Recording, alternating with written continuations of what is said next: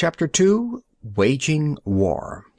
Sun Tzu says, "In the operations of war, where there are in the field 1,000 swift chariots, as many heavy chariots, and 100,000 mail-clad soldiers, with provisions enough to carry them 1,000 li, the expenditure at home and at the front, including entertainment of guests, small items such as glue and paint, and sums spent on chariots and armor, will reach the total of 1,000 ounces of silver per day. Such is the cost of raising an army of 100,000 men." When you engage in actual fighting, if victory is long in coming, then men's weapons will grow dull and their ardor will be damped. If you lay siege to a town, you will exhaust your strength.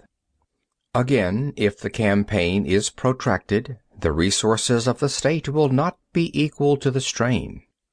Now, when your weapons are dulled, your ardor damped, your strength exhausted, and your treasure spent, other chieftains will spring up to take advantage of your extremity.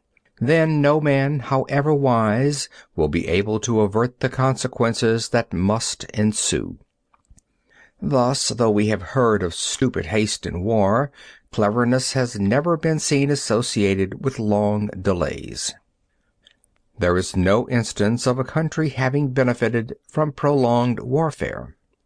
It is only one who is thoroughly acquainted with the evils of war that can thoroughly understand the profitable way of carrying it on. The skillful soldier does not raise a second levy, neither are his supply wagons loaded more than twice. Bring war material with you from home, but forage on the enemy. Thus the army will have food enough for its needs.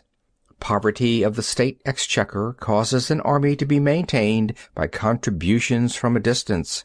Contributing to maintain an army at a distance causes the people to be impoverished. On the other hand, the proximity of an army causes prices to go up, and high prices cause the people's substance to be drained away. When their substance is drained away, the peasantry will be afflicted by heavy exactions.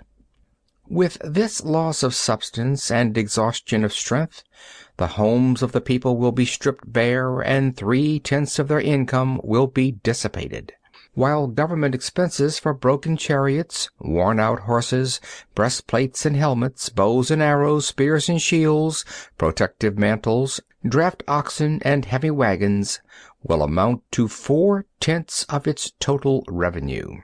Hence, a wise general makes a point of foraging on the enemy.